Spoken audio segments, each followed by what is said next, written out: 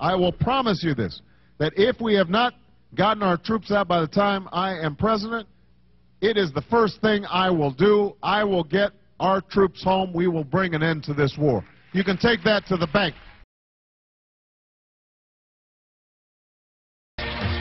U.S. Secretary of State Condoleezza Rice and Iraqi Foreign Minister Hoshyar Zebari said on Thursday that a broad document setting out the nature of any future U.S. troop presence and of Washington-Baghdad relations is close to fruition, but not yet complete. A key part of the draft agreement envisions the withdrawal of U.S. combat troops from Iraq by December 2011.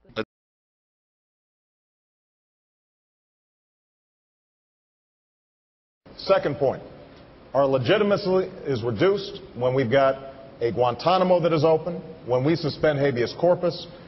Those kinds of things erode our moral claims that we are acting on behalf of broader universal principles, and that's one of the reasons why those kinds of issues are so important. We're going to lead by shutting down Guantanamo and restoring habeas corpus in this country so that we offer them an example. I think that folks made a terrific point that we have to stand for human rights, and that should be part of the trade equation.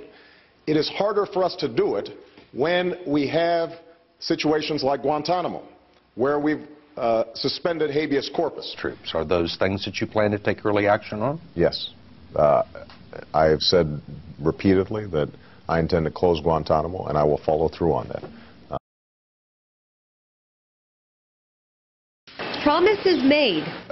I have said repeatedly that I intend to close Guantanamo, and I will follow through on that. Promises broken. It is administration policy to try to close Guantanamo. We have certainly run into opposition. The problem is he doesn't have a plan to do that, or at least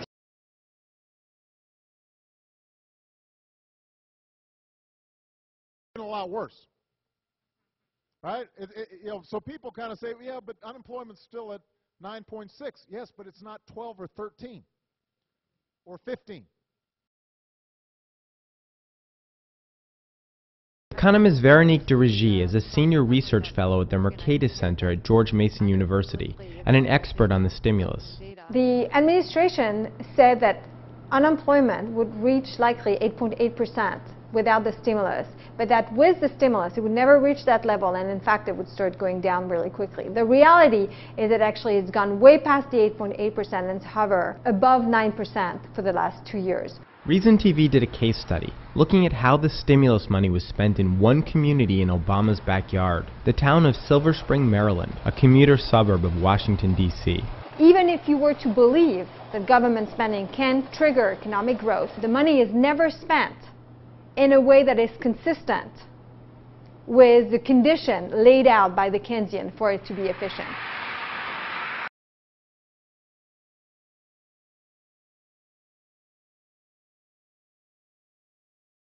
All of them have projects that are shovel-ready.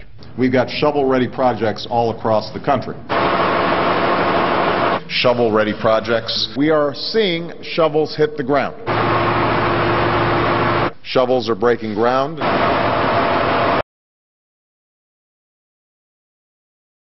And the impact on putting Americans back to work. And that's exactly what we see in American business as well. Shovel-ready was not as shovel-ready as we expected.